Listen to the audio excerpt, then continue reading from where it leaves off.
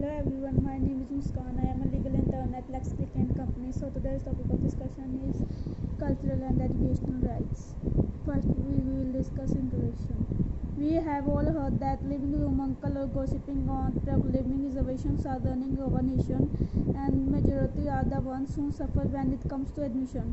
But one must stop and think: does the government truly have an inclination towards ruling for minority communities and their educational and cultural rights?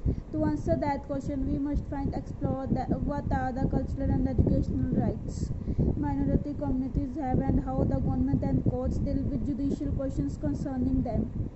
This article will explore such aspects in detail.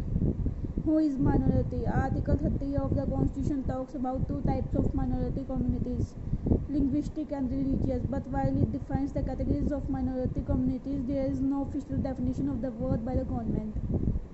One can derive certain pointers from the various articles in our Constitution and reports from the government.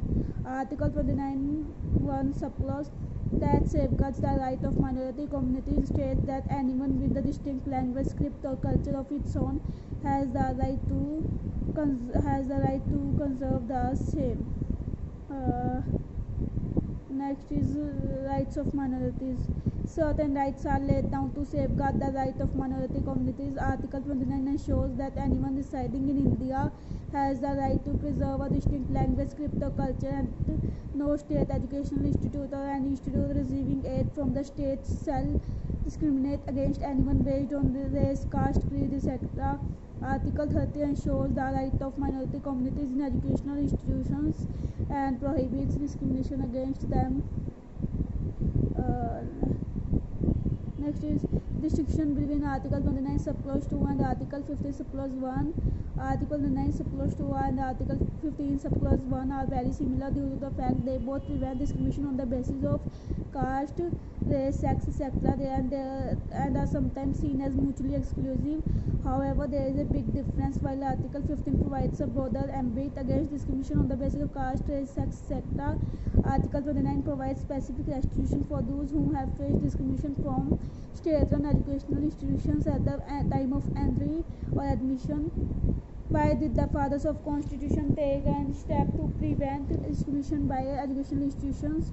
Education is important for a certain community to flourish and grow. When properly and efficiently educated, one becomes equipped to enter public services and search for jobs. Without the tools of education, the community shall be culturally but economically dominated. Thus, it is imperative that any minority community gets access to education and receives relief against discrimination. Right of minorities to establish and manage educational institutions. Under Article 30, the Constitution provides provisions for minority communities to establish and manage educational institutions and protect themselves from discrimination of granting aid by the government. Article 29 subclause 1 gives any citizen the right to conserve a distinct language, script, or culture of its own. While Article 29 subclause 2 also protects them, it is more of for every citizen, and it is not specially tailored for minority groups. Next is Constitutional 44 Amendment Act 1978. The Constitutional 44 Amendment Act removed the right to property as a fundamental right under Article 19. However, it ensured that the removal of property from the list of fundamental rights would not affect the right of minority communities to establish and administer educational institutions of their choice. Relationship between Article 29(1) subclause 1 and 30 subclause 1. Article 29(1) subclause 1 states protects the right of members of communities who have distinct language, culture, and script. Article 30 subclause 1 protects minorities' rights with regard to establishing and managing educational institutions. Thus, both acts facilitate minority rights to establish and manage their own educational institutions. The only difference is that 29 subclause 1 makes an attempt to define who minority communities are. Due to the article being almost identical, many might believe that when seeking protection, you can only seek protection under one. Next is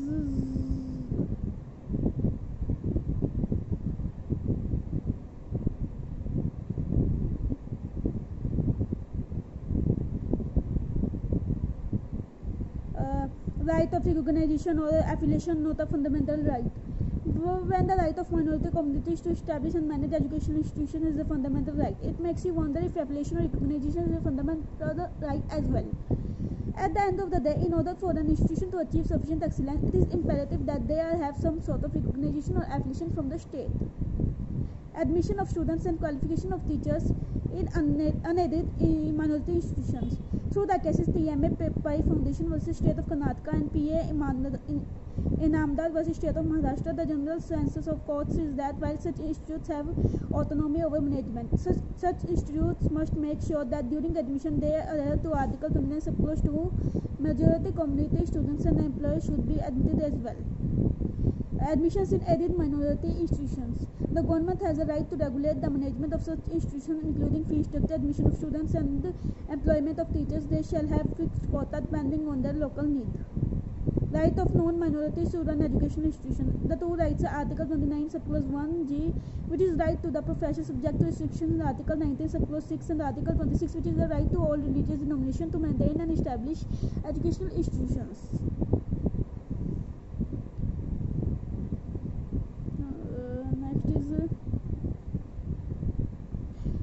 Now comes to conclusion.